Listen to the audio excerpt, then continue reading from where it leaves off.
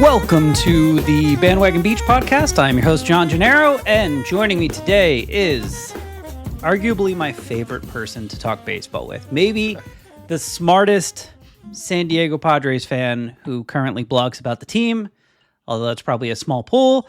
It is Dylan from Letters to AJ. We had a few conversations during last season. He was on a bunch of other podcasts.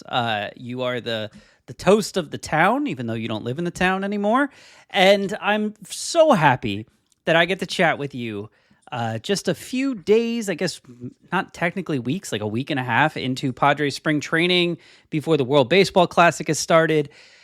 And you wrote an article this morning about the ABS system, and that was on my list of stuff that I wanted to talk with you about. As a matter of fact, I have 7 what I am calling known unknowns about the San Diego Padres in 2026 that I want to go through with you. I will try and limit each one of these topics to like 10 minutes or less so we're not going crazy long. But I have them. I have notes for all of them. And they're kind of ordered from like stuff on the field to stuff off the field. So let's start with the single most important player on the San Diego Padres, Fernando Tatis Jr. Agreed. The story around Fernando Tatis Jr. right now, right this second on February 27th, is that Craig Stammen, who I imagine we'll get into more and more as this conversation goes along, seems like he is toying with the idea of moving Fernando Tatis Jr. out of the number 1 spot in the lineup and down to the cleanup spot in the lineup, the number 4 spot in the lineup. His splits, I had kind of forgotten about this, tell me that for essentially his entire career, Tatis has either been a number 2 or number 1 hitter in the lineup. That makes sense because you want to give your best hitters and your best players the most amount of at-bats over the course of a game or a season or any other period of time. The other thing, which of course I closed and I don't have up anymore, is that what they are trying to do here statistically, there is some argument that it could work because in the, I think it's like 45 games or so that Tatis has been in the number 4 spot in the lineup, he has crushed it. His slugging is way up. His home runs are way up. But that was also a while ago when he was, more of a power hitter. So I want your take first on moving him down into the cleanup spot. And then I have a question about what the Padres plan B is if this plan, strategy, or gambit, however you want to describe it, does not really pay off. So, Tatis the cleanup hitter, go. I think it's the right move. There's a couple reasons. One of them is that we're used to thinking of Tatis as this nuclear athlete, and in a lot of ways he is, but you've seen a bit of a decline in his straight line speed and his willingness to use that speed on the base paths. And that was a big part of the value proposition of having him lead off. And it's looking like it may be in some ways not as deep of a lineup this season as years past. Fewer home runs. You want to get the most leverage you can get out of the home runs that you still have within the lineup. And you have to think that Tatis is going to be a big source of that. So if he's entering into a phase in his career where he's not so much the burner on the base paths, but he still has that power. We saw the bat speed was there all season, last season. You want to see if he can transition back into that 40 home run slugger. And if you want maximum leverage on that, you do get more opportunities batting cleanup than any other spot in the lineup for big RBIs, big innings. And I think the thing that goes along with that, this is an unknown is has there been a philosophical change? First of all, was there a true behind-the-scenes philosophical change in Tatis's approach as a hitter last season? It certainly seemed that way, looking at his swing path. He was going the other way a lot more often. He wasn't elevating as much. His swing wasn't as attuned to power last season as it had been in seasons past. And if that was a purposeful philosophical change, what I wonder is, has that changed? Is there going to be a combination of moving him into a power spot and then focusing, his approach at the plate at harnessing that power? pull power specifically. I don't think he has lost really anything in the raw power department. So I think it's for a number of reasons, it's definitely the right move to at least attempt that. And that's where he's been hitting all spring training. This is going to be a short spring training for him before he goes off to the WBC. We might not get much more of a look, but I'm totally strategically aligned with that decision. How funny is it going to be when he goes to the Dominican Republic team and Albert Pujols bats him first the whole World Baseball Classic and is like, I really need you to get on base and steal bases for me, buddy. I think you're generally right. What concerns me is the Padres ended last season saying, we have a power deficit. We need to add more power to this lineup. And I think the implication there was everyone was looking at Luis Arraez sideways and going like, we can't do that again. And I'm not going to say that, Nick Castellanos was plan A. I think it was like plan E for Preller, for, a first baseman who could potentially have a little pop. But throughout this offseason, probably due to financial restrictions, it seems like the Padres' plan to increase the amount of power that the team has outside of losing Ryan Hearn and having to replace that as well, is moving Tatis down to fourth and going, maybe Tatis will hit more home runs. I will posit this question in two different ways. One, the hell happens if that's not true? Because I keep thinking about Tatis in these terms, which is he is absolutely a 5-tool player at this point. But most 5-tool players, and I say most understanding that Shohei Ohtani is both like a 7-tool player and a freak of nature. Most 5-tool players cannot lean into all 5 tools at the same time without like their body exploding. I will present the evidence of Mike Trout and honestly younger Fernando Tatis Jr. So if you're leaning into the power, like you said, you're probably losing out on some of the speed. The strikeouts probably go up. The walks probably go down. Hopefully it doesn't affect his defense. I don't really know why it would unless he bulked up in some way that's not obvious right now. I do think it limits the amount of times he can steal a base, but in the second half of last season, that seemed like a thing that he wasn't very interested in doing anymore, maybe for injury risk. But this is the question I'm asking two ways. He has averaged since 2020 130 games a season. He's missed 30 games a season. If he is the power that drives this offense, what do they do when he's not in the lineup? And then I'll go back to the kind of previous thing that I asked, which is, what do they do if this doesn't work? What if they do if he's just a 25 home run a year hitter now? Well, there's limited things that they can do. If that's a real constraint in the team's production, that, the guy they're counting on for the highest home run production just has a ceiling that he's not going to get past. It just changes the outlook. There is no easy fix. At that point, you're hoping to get lucky. And, they took a bunch of swings on kind of flawed players, from the Isle of Misfit toys that were available. But, Jose Miranda, Castellanos, they have the raw tools to potentially produce some unexpected home run output if put in favorable positions as part of a super platoon. But by the time you're moving to plan B, you're already out of options, right? Given the constraints in the lineup. This is I think the direction the team has taken this offseason, taking a lot of swings at low cost, potentially high upside with a low likelihood of reaching that. With these players that they've brought in to try to make the team. That's the right strategy given the resource constraints. It's not an enviable strategy because you really are counting on getting lucky. But that's the best that they can do. And that just becomes further exacerbated if somebody who's a tentpole star, part of the strategy of the team, turns out to have a lower ceiling than they're projecting. I'm glad you mentioned Nick Castellanos, as did I. He is my next known unknown. We are moving past Fernando Tatis Jr. onto Nick Castellanos. I assume there's a stat for you that like jumps out immediately. Not WAR, but a stat that you're like, when you're evaluating someone, you're sitting at the ball game, you're sitting at Petco Park, and you look up at their stats, and you have one stat that first comes to mind that you first check out to determine whether or not this guy, who you may or may not know, is actually a good hitter. And for me, that's OPS. Like, it's a very, very basic stat. It's actually two stats just added together. It is the most basic stat. But for me, if you are someone who is in the lineup to hit, you're not just a glove who's like batting ninth in the lineup.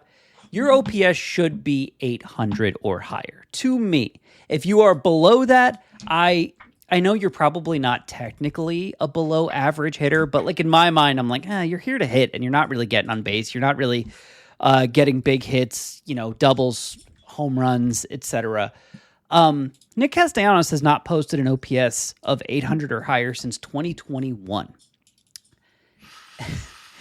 And all of his halfway decent stats since 2019 have come when he has played his home games at Wrigley Field, Great American Ballpark, or Citizens Bank Park in Philadelphia. All three of them amongst the smallest bandboxes you can find in baseball. He doesn't know how to play first base. That much has been made very obvious as the team is trying to run him through the same drills you would a 7-year-old. Put the clubhouse stuff aside. Put the Eric Hosmer PTSD aside. Nick Castellanos was slugging 400 last season. Luis Ariz was slugging 392. Last season, they didn't add any more power than what Luis Ariz was offering them. And for that .008 that they added in slugging percentage to first base, they got a guy who's never played the position before to be involved in almost every single infield play. What's the reason for hope here? Like, you just threw Castellanos in there with a handful of people. Like, he has the raw power. He has the potential to be, to kind of be this year's Gavin Sheets, where it's like, hey, we were expecting 0 from that guy, and instead we got 23 home runs or whatever Sheets did. What is the reason for hope with Castellanos? Because I don't see it. Yeah, well, to quickly go back to what you had asked about, is there a stat that I look at? Yes. It's not exactly like a typical stat, but players that are at the career point in their career that Castellanos is, I look at the hitter's strikeout to walk ratio as sort of an indicator of, how much mastery of the strike zone do they still have? Yeah. And his has been pretty troubling, from day one when he signed the big contract with Philly. He is a clear free swinger. He never walks a lot to begin with. But he is now striking out a lot, and he never walked very much. And I think you asked it, like, what's the reason for hope? I mean, it's not a rational hope. What it's you're just hoping faith. is it's just that faith. He was productive at one point in his career. You can still see him, when he gets a hold of one, the power's still there. The question is he capable of making the quality of contact consistently enough that he's able to tap that power sufficiently to justify the at-bats that he's going to be taking? And I don't think it makes sense to have a lot of or high expectations that he will. But the reason for hope is just because he's done it before, and we know sports are complicated. Every now and then there are these players who, for whatever reason, they were in a tumultuous circumstance, that change of scenery, combined with a team very deliberately putting him in positions to succeed, will get him back into a good place. With regards to the OPS and the slugging percentage and the comparison to Luis Ariz, which is funny, despite the raw slugging being pretty similar, Castellanos still had 17 home runs last season. Playing in a bandbox, but there's parts of Petco, specifically down the left field line, that play like a bandbox. Yeah. So if I wanted to, so this is conjuring this up. I mean, again, not putting a lot of weight into this, but if you want the what's the 2026 best case scenario for Castellanos? I think it goes something like this. He's only played when there's a reason to think that he can be successful, when it's a favorable platoon matchup or it's against a pitcher whose pitch mix he happens to handle well. And he does something similar to like what we saw Jose Altuve do a few years ago to extend his career, which is rather than trying to turn back the clock and avoid strikeouts, get back to making better contact, just understand there's going to be a lot of swing and miss, but try to ambush pitches, try to get right out in front of it and try to take advantage of the short porch and left and see if you can loft 15 or 20 fly balls, 328 feet down the line and score some runs that way. I think the biggest reason to be hopeful about Castellanos is he doesn't cost a whole lot and he's not like a linchpin of the team's strategy for success this year. I agree with that last point, but now I want to move on to my third thing because this all ties together because this is roster construction. And I think the sacrifice the team is making to have Castellanos on the roster, which I've heard people argue is AJ Preller doing a solid for Manny Machado. And I've heard people say like, look, you can't get a player with this much power potential for this price, you have to do it, et cetera, et cetera.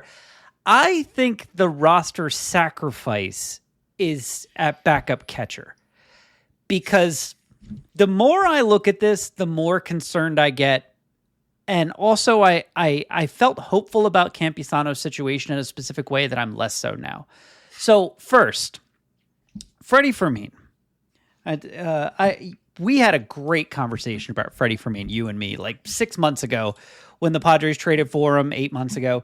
You were explaining the bunting and how creative he is with the bunting and how he gets on base if the third baseman is bad. All that is great. Still, Freddie Fermin doesn't walk. He doesn't slug. He doesn't have a high batting average. He avoids strikeouts and he bunts creatively. That's what he does with the bat in his hand. He is especially bad against power pitchers. He cannot hit a fastball that's like 96 or more, which also means sinkers, two-seamers, basically any kind of fastball he really struggles against. And last year when the Padres traded for him, they were trading for the Kansas City Royals backup catcher, and they made him the starter. And I felt like he really, really wore down. I don't know if you agree with me on that, but I felt like he really wore down. And I think I saw his stats in the playoffs were like atrocious. Like in that series against the Cubs, I don't even think he batted 100. So yeah, he's offensively he's challenged, but defensively, I think he's exactly what the team wants out of the catcher. Campusano is the opposite. Defensively, he's terrible. And the thought process before Craig Stammen became the manager was Campusano has a chance to make this team as a DH or maybe a first baseman if he wants to go take the, Nick Castellanos reps and learn how to place his feet on the bag. Craig Stammen gets hired and immediately is like, no, Campusano is going to be the backup catcher. He's going to catch a lot. Guys are going to have to throw to him.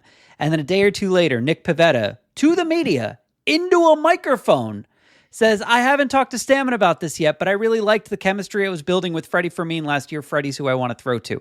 I imagine there are probably similar conversations going on with Michael King and Craig Stammen and Joe Musgrove and Craig Stammen, despite the fact that he threw his no-hitter to Luis Campusano, because these are guys in the past that didn't want to throw to Luis Campusano. As recently as last year, these are guys that didn't want to throw to Luis Campusano, and I don't think that problem just goes away because Craig Stammen is happy about it. On the other side of it, Luis Campusano in 2024 was a part-time player. Yep. His slugging percentage over... Do I still have him up? I don't. Damn it. How many at-bats? Okay. 174 plate appearances in, 2023. His 2023 slugging percentage was .491. That would have led the 2025 team. In 2024, it dropped down to .361, which obviously is less than Luis Ariz. But there is power potential in there. Last year in El Paso, I know El Paso is El Paso, his slugging percentage was almost .600. It was .595. Yep. Like, what Luis Campusano has shown you in spurts at the major league level and in spurts at the minor league level is he is a hitter. He's a hitter that potentially has some power to him. What he has not shown you is the ability to be a catcher. And so what would make sense here is if there was a solid backup that could play every few days as catcher, try and keep Fermin fresh, also fill in if Fermin gets an injury or something like that.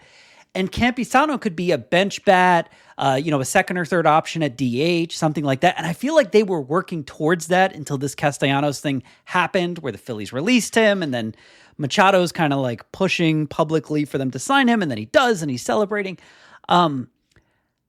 It seems like roster construction-wise, they're going without a real backup catcher, like a Elias Diaz, who I think just signed with someone the other day. They're going without a real backup catcher and just shoehorning Campusano into that spot in hopes that Castellanos, is great at first base and rediscovers something. But again, this is almost a Tatis thing. Like, what if Fermin doesn't last all season? What if he can't catch 145 games? Like, you're really putting yourself in a bind if you're asking Luis Campusano to catch 30, 40, 50 games this year. And I mean, it's besides the point that you probably injure his ability to be a good hitter as well, right? So what do you think about the catcher situation and how I think it relates to the Castellanos situation? So there's trade-offs with the limited roster spots, and I think this is Rafi Cantor's bit where the Padres have the 180 home run problem.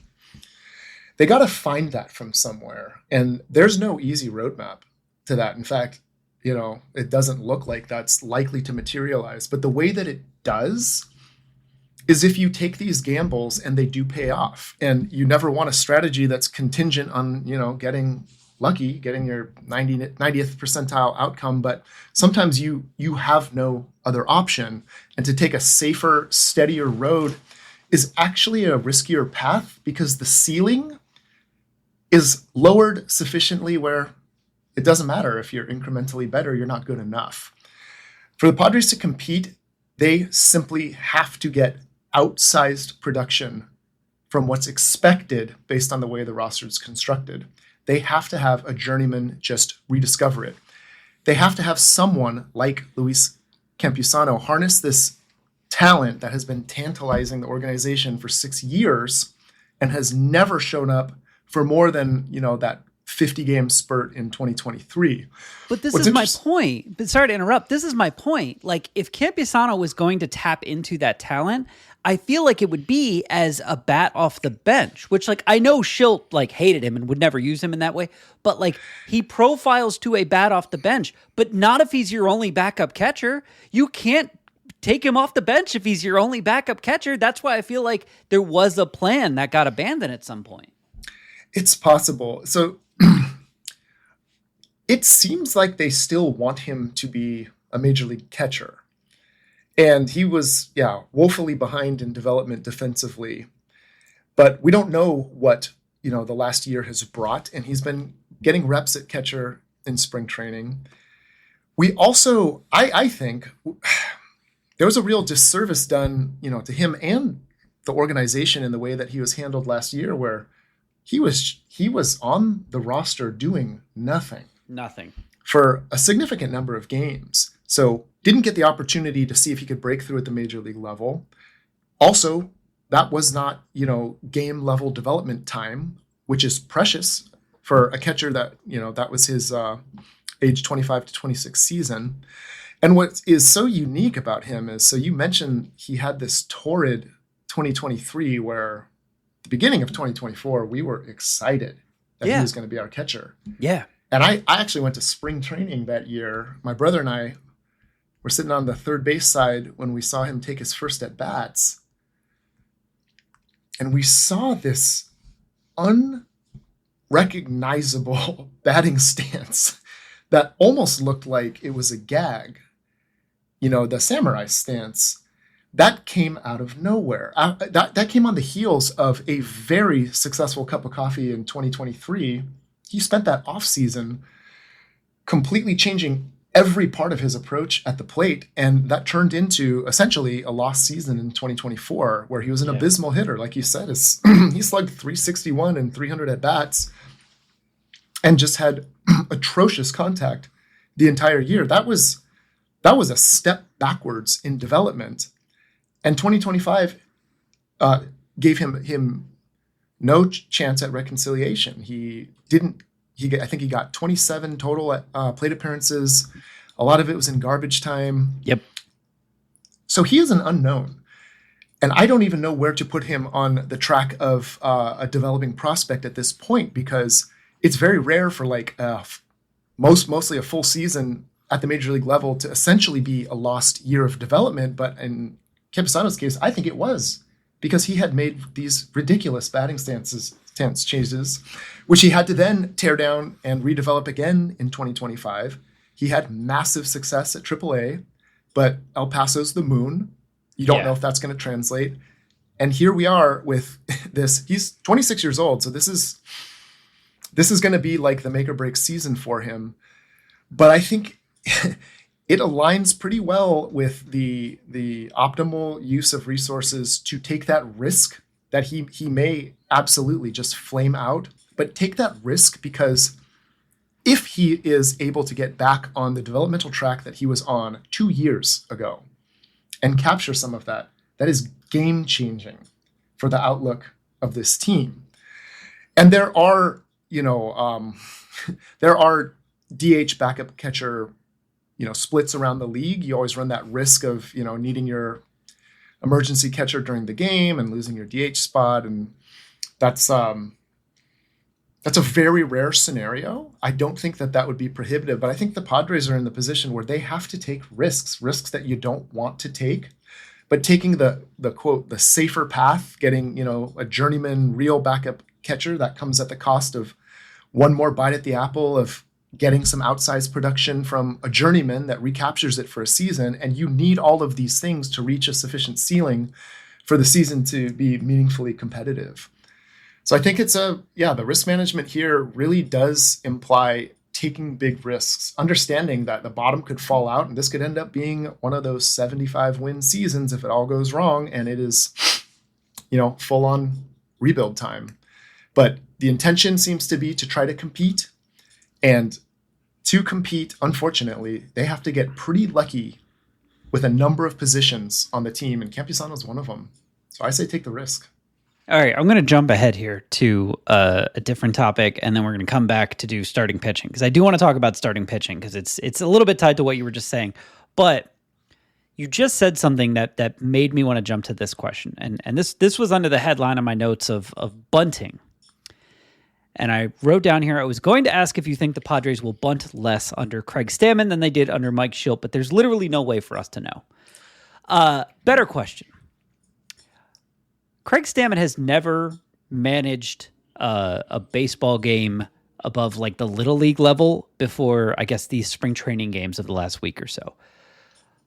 If Craig Stammen called you, emailed you, and was like, Give me some strategies. Give me some things that you wish managers would do that they just don't do enough of, or things that they do too much that you think they should do less. If it's going to take risks, and Craig Stammen is coming in going, I'm not going to be the traditional manager. I'm not going to be Mike Schilt. All I care about is winning, and if the best way for me to win is to try new and different things that other people aren't doing, what would you recommend Craig Stammen do? I have a few recommendations. Yes, I'm glad. My first one is no entitlement at bats. Number one, is this a Castellanos thing? It's more of a Yuli Gurriel thing, but it's the same idea. Yeah. You don't have that buffer to give entitlement at bats when you're in a division that's as competitive as the National League West and when you have actual ambitions. That's a part of baseball. Unquestionably, there are, players that, they've served their time, so they get some entitlement at bats. That's not what this team can afford to do. No entitlement at bats. What you can do when there are no entitlement at bats is you can rigorously, every night, construct a lineup where players are going to be moving around from the bench to the starting lineup, up and down in the order, based on the matchup that's right in front of you, and put everybody every night in the best chance to succeed, egos be damned. That is a meaningful source of differentiation. I would say, to your question of whether they're going to bunt less, I don't mind if they bunt more if they bunt smarter. Because I think I wrote about this last year. There is an obvious inefficiency in baseball with the underutilization of certain types of bunts. And the situation would be when the expected value of a bunt is higher than the expected value of taking a traditional at bat. And there are situations like that when the third baseman and shortstop are basically playing in left field and you have a pitcher that's fallen off the mound the other way, and you have a hitter at the plate that's not particularly prone to hitting it out of the park, there needs to be more bunting for base hits to set the table, especially if the part of the lineup is coming up that can drive in runs. So I would not like to see more or less small ball, just smarter small ball. And I would like to see, we already talked about this, but the guys on the team that can get to power really try to get to it and extinguish these philosophies that, you want to stay inside the baseball, you want to be going the other way. What you want to be doing is whatever the gives you the best, the highest expected value in that at bat. If you're playing in a short porch park and you have a guy that can get out in front of a fastball, have him guess when he's in a fastball count. Really try to leverage everything you can to get an advantage rather than just prioritizing a certain hitting philosophy or prioritizing a certain player's tenure. And I would like to see more experimentation in the back of the starting rotation with using openers and platoon strategies to try to cobble together the equivalent of a competent back end of the rotation. This came up with, we traded for J.P. Sears last year. And for maybe 24 hours, I was excited that, are they actually going to do the thing where they bring in the super funky, weird release point lefty for like one inning or one trip through the order just to throw everyone's timing off and then bring in, a fire-breathing righty to take advantage of the platoon matchups. And between the two of them, you're pretty likely to get a quality start. All of these creative strategies that are just a matter of deciding to do it, I think that's what a team like the Padres needs to do, because they have enough talent to just compete if everything goes their way.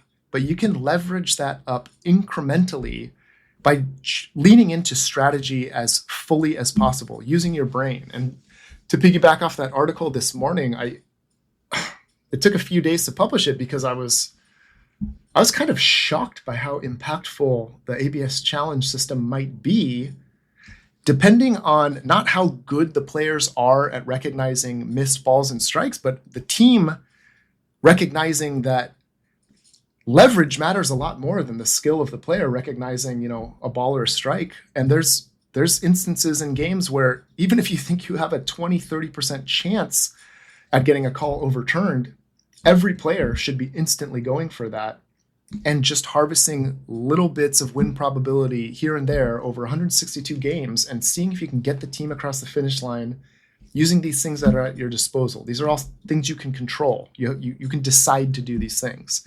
Stammen has the disadvantage of being, a brand new manager. Everybody knows that. So he doesn't have like the gravitas of somebody that's won a World Series and been in the league for 10 years. He was also a relief pitcher. But he's a peer with these players, and new managers are sometimes given some rope to just do some interesting things. And I would like to see him, consider the avant-garde, consider doing things differently because he doesn't have a reputation to protect yet, and seeing if he can find some inefficiencies that the league's overlooked, because that's what this team needs. All right, I'm so tired of being the bummer and the doomer on my own podcast, but this is what I've been for the last few weeks.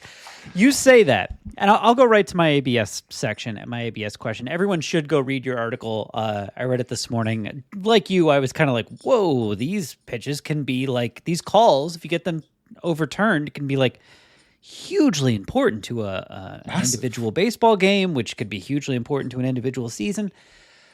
All right. Everything you just described, from the creative use of bunting to, pairing together openers with other pitchers to try and change, the profile of the pitcher on the mound mid-game and try and mess with hitters, to try to be really good at when you use the ABS challenges and how impactful they can be. And I love how everything you were putting out there is like stuff that I, as an NBA junkie, am very aware of like, sometimes a coach will absolutely just challenge a play because they're like, if I can convince, like if I get lucky, this is going to turn the game. Like, I don't actually believe that they got it wrong, but I'm going to try because I got one of these in my back pocket and it could be hugely important. Like, that's cool stuff. I want to see all of that. However, all of that stuff to me boils down to like a really smart analytics department communicating with the coaching staff, which is communicating all this stuff to the players and putting it in action. Trying to think of the kindest way to ask this question. Well, the question is, do they have that? Have they ever had that? Yeah. Do they have that and they give good advice and it falls on deaf ears? Well, and also like they're not in a vacuum, right? Like if their analytics department gets better, great. I want it to get better. Is it as good as the Dodgers? Is it as good as the Giants? Is it as good as the Diamondbacks? Is it as good as the Brewers? Is it as good as the Mets? Is it they're going to be playing against teams that are also going to be swinging games in their own favor. And it's like, are the Padres going to do the old Padres thing where they're like, get in the batter's box and we'll throw a pitch and then you'll call it a ball or strike and we'll see if the computer agrees with you? Or is it going to be like what the Giants probably have, which is like, throw on this virtual reality headset and like, we're going to specifically have your head in the middle of the strike zone so you can, like you can't view these things in a total vacuum. If it's an arrow in Stammen's quiver, it's also an arrow in Dave Roberts' quiver, right? Or Tony Vitolo. I don't know if I know the Giants manager's name yet. Yes, most definitely. So do you think the Padres will actually be good at this? Because I think you have a case and I want you to make it. And B, what do you think the chances are that they'll be better at this than the other teams that rely more, that have seemingly relied more on analytics? And have you seen anything from Craig Stammen that tells you this is a guy who like honestly believes and implements stuff he gets from an analytics department? Just to address Craig Stammen, I don't know. I don't think any of us know. He's not really. He hasn't said anything about it. He's not really tipped his hand about the type of manager that he's going to be. He's to me is a total black box. But he's a peer. He's a peer, and he has played the game with these players, and that does lend some credibility. And anybody that grew up playing baseball, a part of clubhouse culture growing up is always talking about like these ridiculous plays in baseball that we always think about. If there's a way to get an advantage, I mean, the hidden ball trick, the skunk in the outfield, all this kind of just came out of these musings in the dugout that is part of like a game that's very passive for half the team at any given time. But you think about these things. You think about ways that you can get an edge on the field. And I think it's clear that not only are there edges like this to be had, but that the league, for whatever reason, if it's inertia or if it's players aren't willing to drop down bunts for singles because of how that impacts their contracts, there's reasons why there are some, statistically demonstrated inefficiencies that aren't being taken advantage of league-wide. I think it ultimately comes down to team culture. If there is the right mix of buy-in from players, buy-in from management, and then organized, direction towards the inefficiencies from a robust analytics department, that can actually translate that into on-field performance. I don't think there's any way to know this until we start watching games. But I do think that what all these, so the ABS article, when you actually project the incremental gains from a successful challenge over 162 games, it can impact many, many games, changing from a loss to a win. And it's like that with all of these inefficiencies. there's a strong argument to be made that like the team that gets the culture part right and just starts doing everything possible to win is going to, for a brief period of time, have an advantage on the rest of the league. Yeah, they could steal one. I want that to be the Padres. And as soon as it's proven to be successful, it becomes part of the baseball canon. That's how it works. But there always has to be the vanguard, the team that's willing to look foolish, take risks, do things differently, and try to get that gain, try to get that reward. I think it's going to be Tampa. Us? Like it's always Tampa. It's going to be Tampa. All right. So I have a stat that I don't 100% trust because I got it from a website that I don't 100% trust. And I'm not going to say the name of the website. You and I already discussed it before I pressed record. But I did a little bit of math, and I think, at least on the Padres side of things, this makes sense. I was trying to figure out in total, how many innings did the San Diego Padres get from their starting pitchers last year? This is actually a shockingly hard stat to find because of the amount of players who both start games and occasionally come out of the bullpen. According to this website, who I won't trash publicly, the Padres were 21st in this stat last year with 824 innings thrown by their starting pitchers. Sounds about right. I think 5 innings over 162 games comes out to like 810. So like a little bit more than 5 innings a game. Sure, that makes some sense. What throws me is that the Dodgers aren't even in the top 25 of this list, which maybe I just wasn't paying close enough attention to the Dodgers. But 168 of those innings came from Dylan Cease. 80 of those innings came from Stephen Kolek. 73 of those innings came from Michael King, and 72 of those innings came from Yu Darvish. Even if you want to assume that Nick Pivetta and Randy Vasquez together are once again going to total up 300 of the starting innings, you got 3 guys that you need to get, 530 innings from? Like, I mean, I'm treating Michael King a little bit like a grenade I found on the beach right now, in that, like, I'm not going to touch it. And if I am going to touch it, I'm going to touch it with a 50-foot pole and be like, is it still okay? I'm very worried that Michael King's about to explode. Where the hell are they getting these innings? Like, I thought of this when you said the Rafi Cantor thing about, like, you got to get 180 home runs in a season. I looked up, I think last year the Padres had like 150, 152. So they fell short of that. But Cease was he wasn't good last year, but he was a workhorse. And that is a thing that they have not really replaced. So we know the likely top 4 in the rotation. King, I mentioned. Pivetta, maybe he comes back the same guy. Maybe that was the best he'll ever be. We don't know. Musgrove is, a Craig Stammen-like black box. And Strandy Vasquez is probably going to win the Cy Young, which will be great. And then we have these guys fighting for the 5th spot in the rotation. Herman Marquez, Walker Buehler. I'm going to include these names. Marco Gonzalez, Tristan McKenzie, Matt Waldron, who recently had his ass drained. Thank you, reporters. J.P. Sears and Griffin Canning, who may or may not be available to start the season after, legitimately, unless you were playing basketball, Achilles injuries look funny. It was one of the funniest looking injuries ever. That man is a professional athlete who took a step wrong off a tiny hill of dirt and tore his Achilles tendon. Achilles are funny to me. But let's go with half. Half of the 824 innings they got from their starting pitchers last year would be 412. Can they get that from their top 4? Like, they can. I mean, probably, but that money on that, probably, and that probably only gets you halfway.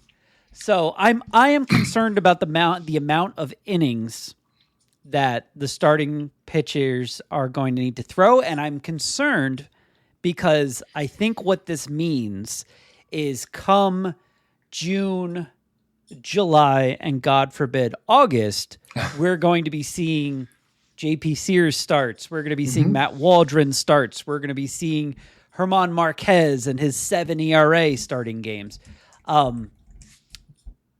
Are you concerned that they didn't really add any sort of a workhorse to replace the 68 innings that they got from Dylan Cease last year? Yeah, it's a headwind for sure. For sure. Cease didn't have a great year last year, but he was an absolute workhorse. That's true. Yeah, how many starts did he have? He had 32 starts, 32, and Pivetta had 31, and Strandy Vasquez had 26. Like, I would almost be surprised if they had three guys with more than 25 starts this year.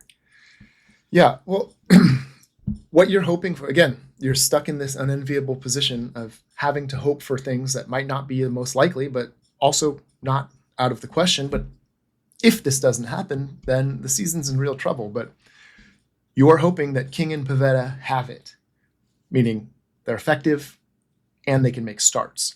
King is the big question mark. Pivetta is at that age where everybody's a question mark at that age, but he looked fantastic last year. None of his performance last year seemed unsustainable. I'm very optimistic about him repeating that season, barring health. Yeah, it seems pretty likely. Vasquez is somebody that I've been keeping an eye on because something strange happened in September last year, and he came out throwing 97. Have you read the stories? Have you read the stories about him? He's a little bird who lives under Yu Darvish's wing now. He was clearly making intentional changes to his prep and his routine and the specific type of effort that he's putting on the mound, and it was translating into good stuff, which was always what was kind of missing with him. He could really spin it. He was durable, but you just didn't like, the raw stuff. But that's different if his fastball is going to be sitting 95, dialing up to 97. And if he still maintains that ability to mix 6 to 7 different pitch shapes, strand runners, you might have something that looks like a third durable starter there. After that, you just start having to hope for even more luck. Musgrove is a complete unknown. The return from surgery like this is not known to go well the first season back. There are exceptions to that, but it is more common for there to be command issues that span an entire season before that pitcher captures it again, if he ever does. And when you get to the 5th spot in the rotation, you are truly just hoping something pops between Sears, Marquez, Buehler, Canning, Waldron, and whoever's coming up from AAA or whoever is hitting the waiver wire. At that point, each of those players has their conditions where they might actually be effective, but it's theoretical. And you can't count on it from any one of them, but you're hoping that with the sheer volume of arms that are going to be thrown at that 5th spot, that there will be enough production to cobble together that 5th spot. So you're stuck again with a lot of hope, but it's not a completely ludicrous, unrealistic hope. Waldron was throwing a lot harder than he ever has before his unfortunate setback. He's been an interesting pitcher that had a stretch of success at the major league level. Marquez is coming out of the worst pitcher's park in baseball history, almost. No, it is the worst baseball. It is the worst ballpark in baseball history. And that's interesting to think about. Buehler is someone who's further out from surgery and has had success recently in the big leagues. He has a lot of injury history, but it wouldn't blow your mind if he was able to perform competently as a 5th starter. Canning, barring the injury, had some interesting reasons to think that he could be an arm that could contribute. So you've got a lot of different, irons in the fire. Each are very low probability to provide what you need, but you don't need all of them to be successful. You need the equivalent of, 180 innings from that cohort of, 5 to 7 players if you extend that to the arms in AAA. It's not unrealistic that could happen, that could provide the missing production at the back end of the rotation. That's not crazy. Is it likely? I don't know, but it's not crazy. It's possible. Yeah, I was listening to a boxing podcast this morning.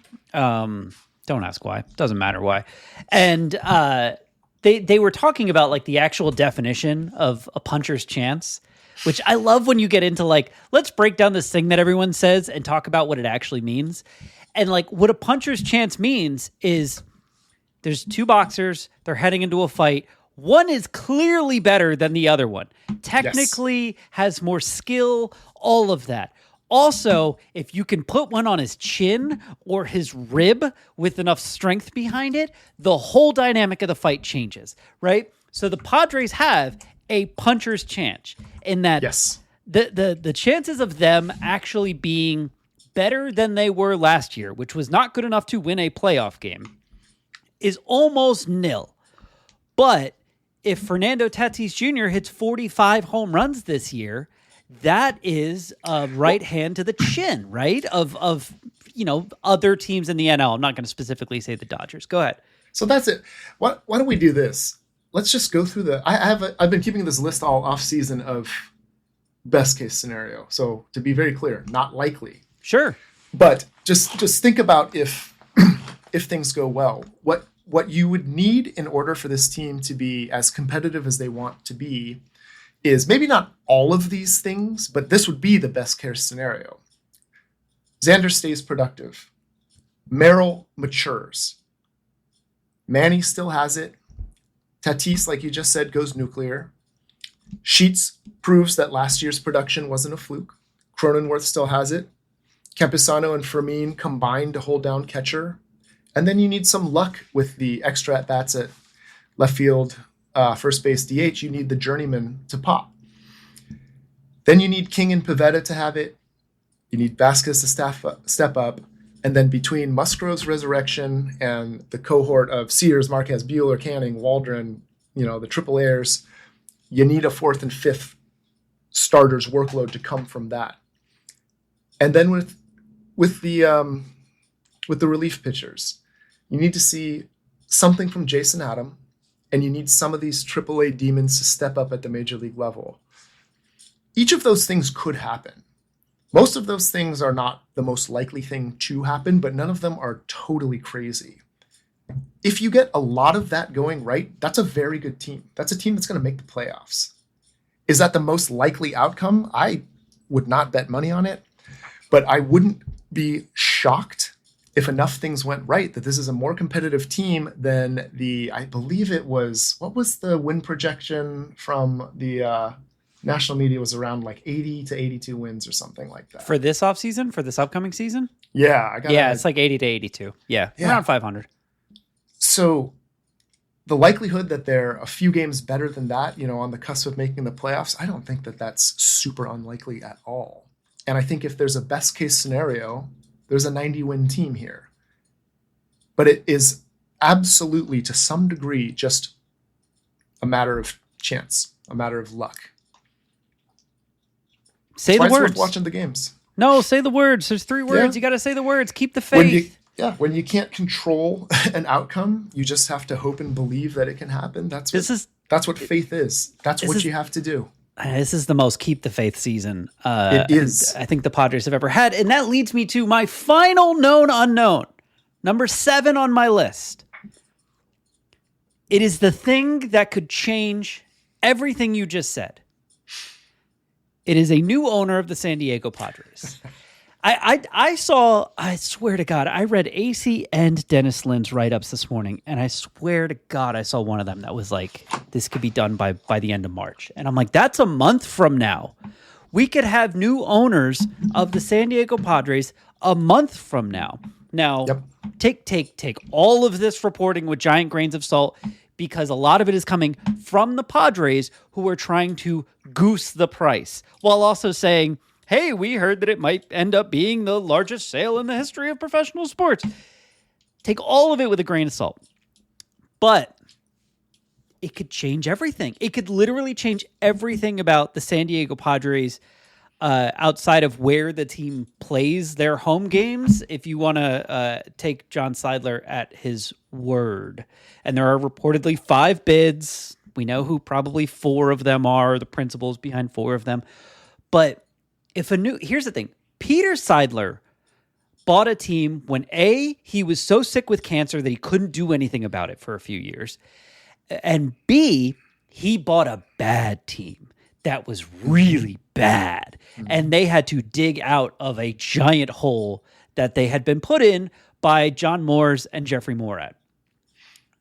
If someone like Peter Seidler, with just billions of dollars and a thirst for making Dodger fans sad, bought this team today, I think they would be in a much better position than Peter was when he bought the team, in that they could look at it and say, we are a couple of players away from being not a puncher's chance, for being an actual contender to win our division, an actual contender to win the National League, actual contender to win the World Series. And maybe they come in and they're like, hey, trade deadline. They go to AJ. Don't worry about the price. Don't worry about the price. Like, hey, you want to send Xander Bogaerts somewhere with all the money to pay for his contract, but in return, you're getting the final piece that's going to make this team awesome? Do it, buddy. We got so much money. All we care about is Dodger tears. Like, is that ridiculous? Sure. So is everything else you just said in terms of the optimism side of things. Like, it's not that crazy based on the names we've heard and the amount of money that we've heard that someone would buy this team and be like, how do I speed run a World Series championship? So that could change everything. Not to mention, this might be the last season before a lockout. Not to mention, Yep. I don't know if you saw the report. John Heyman said there is a proposed salary cap going around with MLB owners right now. The top end, he says, between 260 and 280 million for payroll, and the floor, which I'm excited about, is between 140 and 160. If I'm being generous and going to the top end of that and the bottom end of that, do you know the number of teams above and below that? Would you like to? Above the 280. Above 280. So people that would not fit in this structure currently. That would be the Blue Jays, the Phillies, the Yankees, the Mets, the Dodgers, and I would think the team that's right beneath them, but within that, would be the Padres. So it depends on if you are looking at the tax. I'm looking backwards. I'm looking at it depends if you're it depends if you're looking at the tax payroll or if it's the tax payroll, then I think the Padres would be sixth. They would be sixth if it's the tax. I'm going to assume what they meant by that is active payroll, because a lot of things about the tax would have to change if there was a salary cap. So let's assume it's the active. The only teams above 280 active payroll are the Yankees, Mets, and Dodgers. Okay. Only ones. There are 13 teams below $140 million payroll active. That's half of baseball. That is almost an entire league of baseball. The Padres are at 240. So they're like towards the top of the salary cap. And, go ahead. They could be near the top spenders in the league under that structure. That's what I'm saying. Year after year after year. It would answer the sustainability question. Right. Yes. They could stay at 240, 250, 260 forever. Absolutely.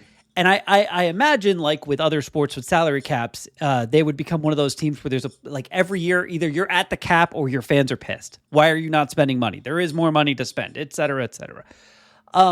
But the amount of teams that are, well below 140, and it's not like small market, big market. Like, here are the lowest teams with their DMA ranking, their market size ranking. The Nationals, 8th. The Marlins, 18th. The Cardinals, 24th. Shout out to St. Louis, best fans in baseball. The Cleveland Guardians, 19th.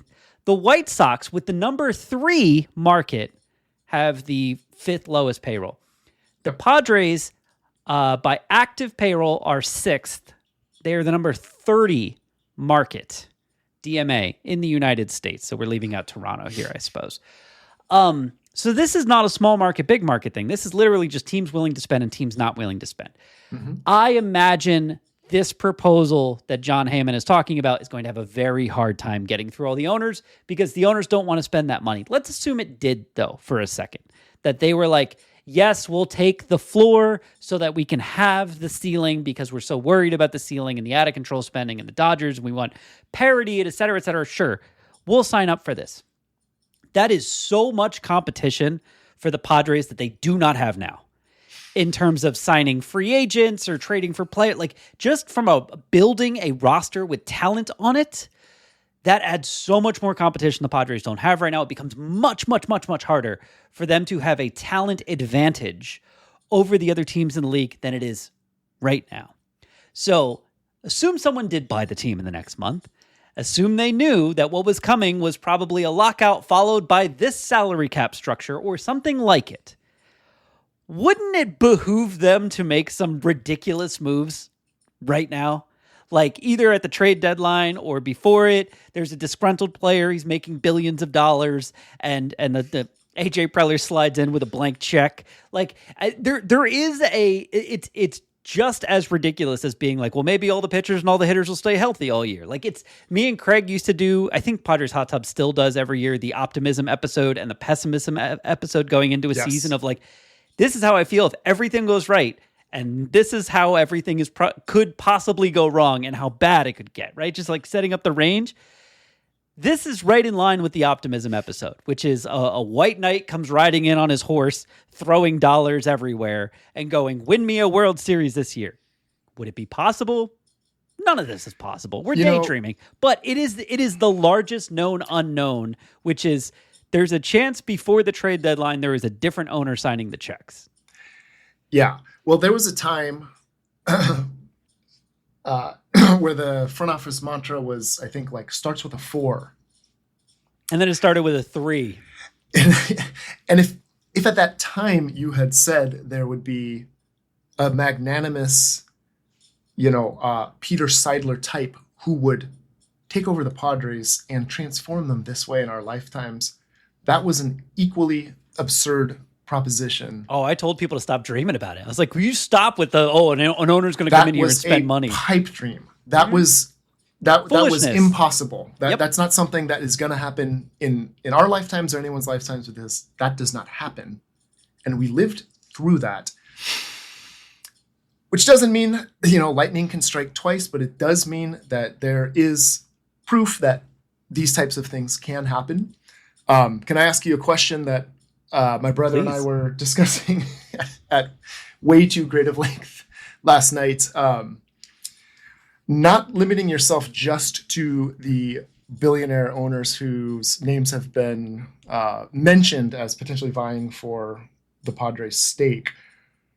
Who would your ideal billionaire white knight ownership group be headed by? It's a great question.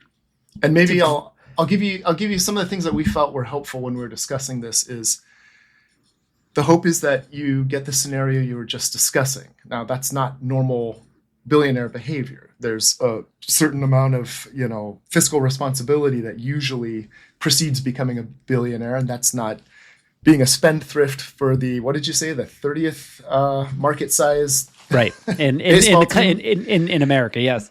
So you need somebody who there's something about their character that makes you think they might do something like that, something that risky, something that crazy. It gets down to the biggest question, and the question that everyone's going to ask, even when it's announced of like this person's the new owner, it's going to be the first question asked, and we're going to ask it over and over and over again until we know the answer. Kind of like I'm asking you questions about Craig Stammen, and you're like, I don't know, man, we'll find out.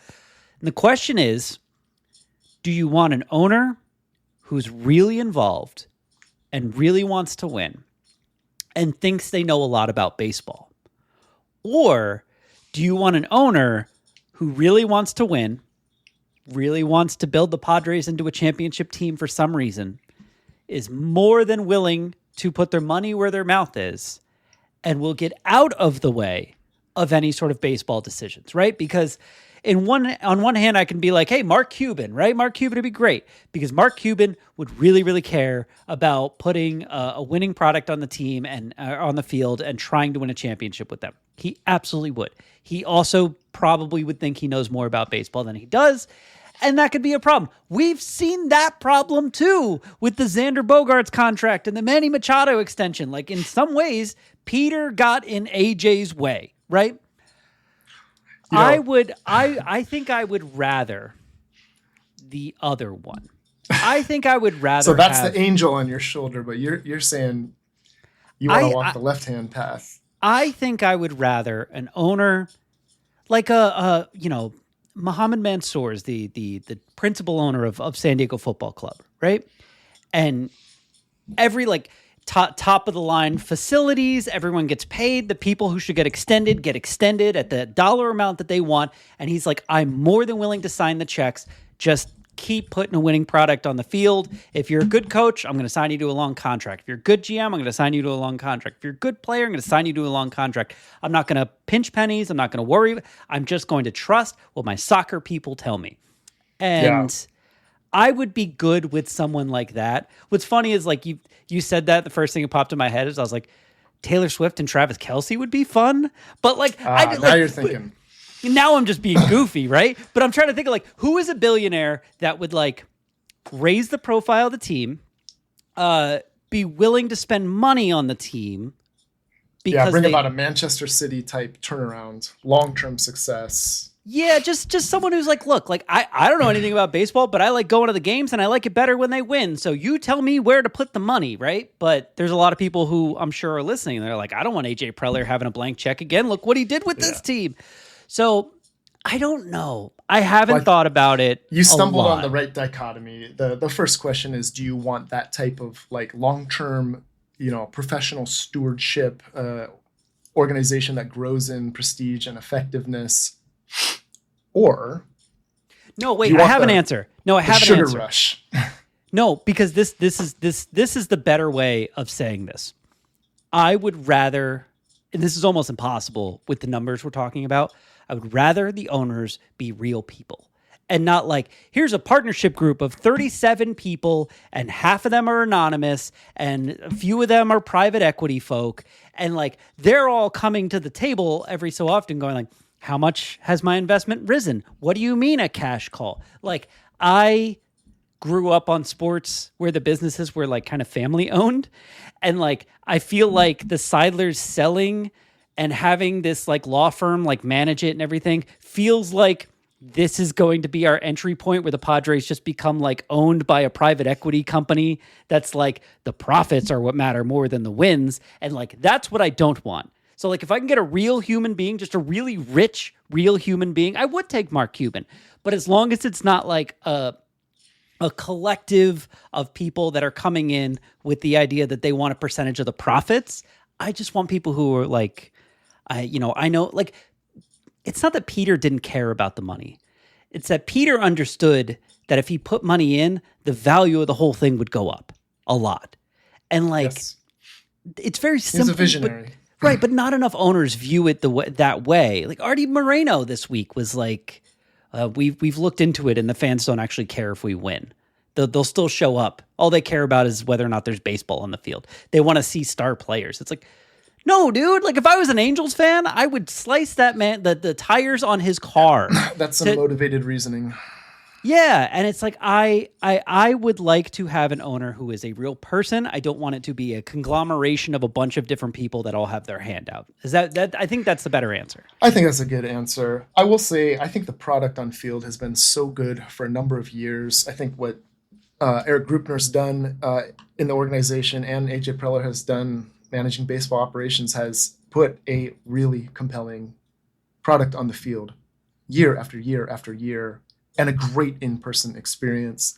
As long as that's preserved, the truth is I don't have too much of a preference beyond just that paradigm being preserved. But if we were to have the scenario you suggested that there's a lockout coming and then there's massive, forever changes to the salary cap and there's this 1 year window to go really crazy, I wouldn't mind having a billionaire that's really just trying to burn a big heap of cash and trying to do something, unprecedented. But I just don't think that's typical billionaire behavior. So when we went through our long list, we actually didn't come up with any realistic candidates. The closest we got was someone that doesn't become eligible for parole until 2045 or something. Billionaire who was unbelievably wealthy, took unacceptable risks in his life, has proven to have a different calculus for expected value than anyone else. And this isn't the crypto guy, is it? I think Sam Bankman-Fried's like 3 years into a 25-year sentence. But, is that your guy? I don't know if there's a moratorium on team ownership when you're incarcerated. I mean, he's still tweeting from prison. Why couldn't he own a team from prison? Yeah, if we were going for the sugar rush, that was the best name we came up with. But I think this is a good moment to just have some gratitude for the product that's been on the field for years now. This was not the team that we grew up with for most of our lives. I still remember, even though I can't find the quote in print media, the payroll starts with a 4. The moment I heard that was the moment I knew, like, this is going to be how it is forever. This is always going to be a poverty franchise. And that changed in ways that would have sounded ridiculous growing up. And that happened in our lifetimes recently. And I'm grateful for that. So if the on-field product stays as it's been, I'm going to be happy no matter who's the owner. I am with you on that. And like, I think I'll mention my buddy H.J. Preller from the Gwintelligence podcast again. Like he always says, like, fans think if it's not, Seidler, we're going to go back to the bad old times. And he's like, the bad old times are done. I don't remember if it was their podcast or a different one that was like, Eric Grubner is the best CEO this franchise has ever had. Yes. Because of the amount of money he makes for the team. Yes. Like, and the amount of money they're able to spend because of the cash cow he has basically turned Petco Park and this organization into. And all of that stuff is great. Since Peter passed away and his brothers and his widow were not in the financial situation that he was in, I understand that. They have done stuff in the last year that I keep calling broke team behavior. I know Craig Elson gets really upset when I say this because he's like, no, look, they're 6th in payroll. I get that. And he's comparing it to where we've come from. I get that. Asking you, Darvish, to void his contract and give money back is some bullshit. And like, whoever the new owners are, I hope the first thing they do is go, we are absolutely not voiding Yu Darvish's contract. He is going to be with us. We want our doctors working with him. We want him traveling with the team as much as he would like so that he can continue to guide Randy Vasquez towards his first of many Cy Young awards. And I like, but this whole thing where it's like, hey, we got to buy a bunch of lottery tickets for our 5th rotation spot because we don't have any money.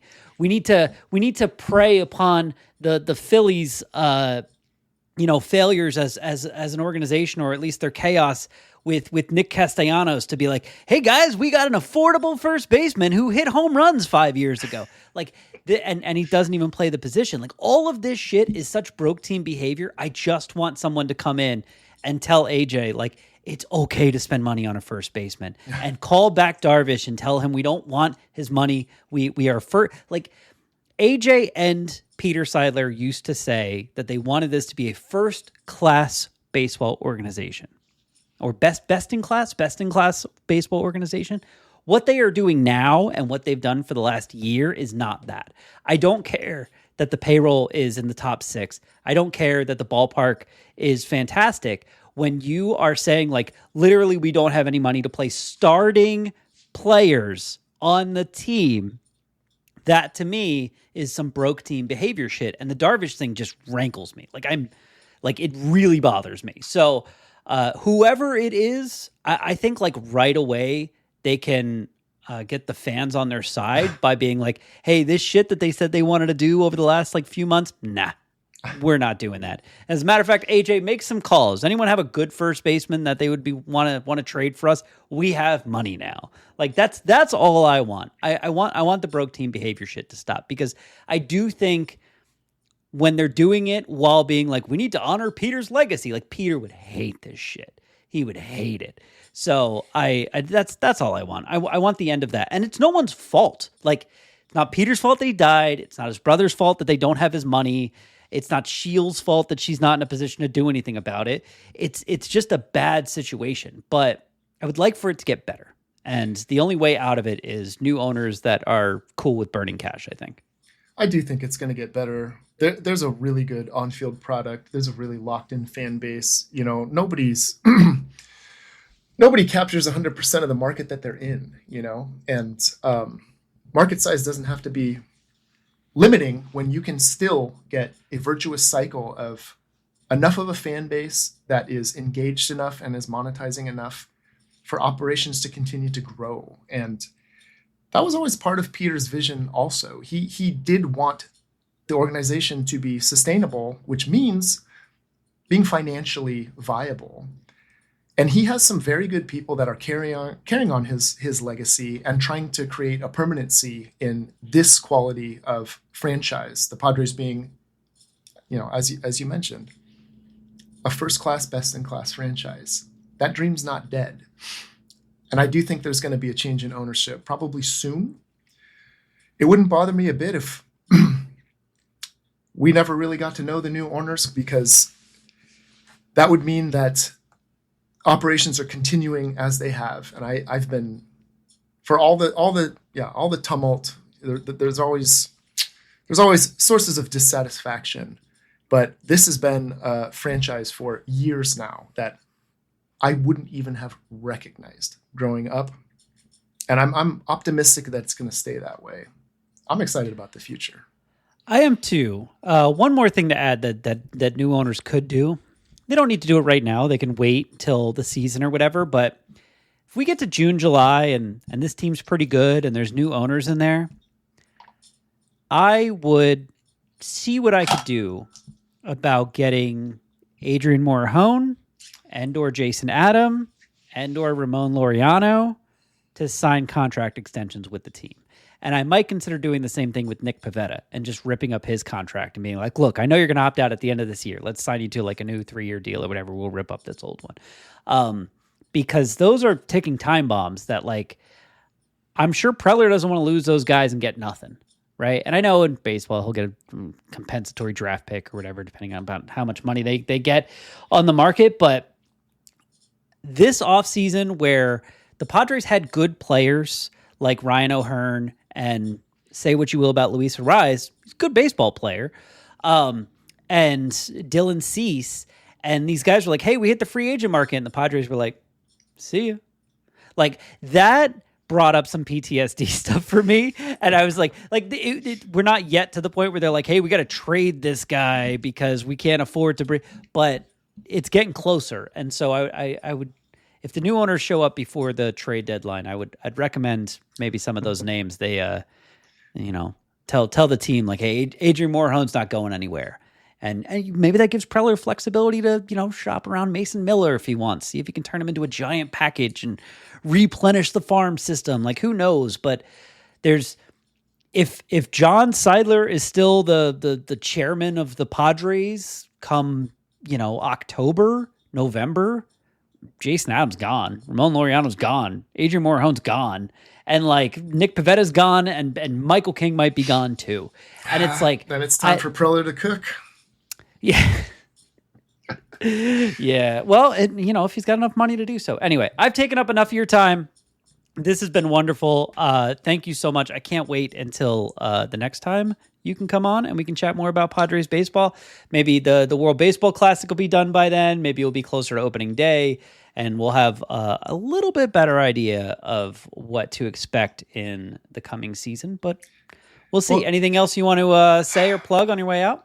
It's always fun when you go into a season with big expectations. This is a season where you go in with expectations of big variance, different outcomes that we could see run the entire spectrum, and I can't wait to watch. Can't wait to watch. That's the thing is sports is meant to surprise you, and it is good going into a season having a giant range of possibilities and being like, I don't know. I'm gonna watch though. I'm gonna watch. All right. Thank you, Dylan. Everyone else, go to Letters to AJ on Substack. Make sure you hit subscribe. It is free. And when Dylan actually does write, it's wonderful, it's beautiful, and it gets delivered right to your email inbox. Thank you for your time, buddy. Thanks, John.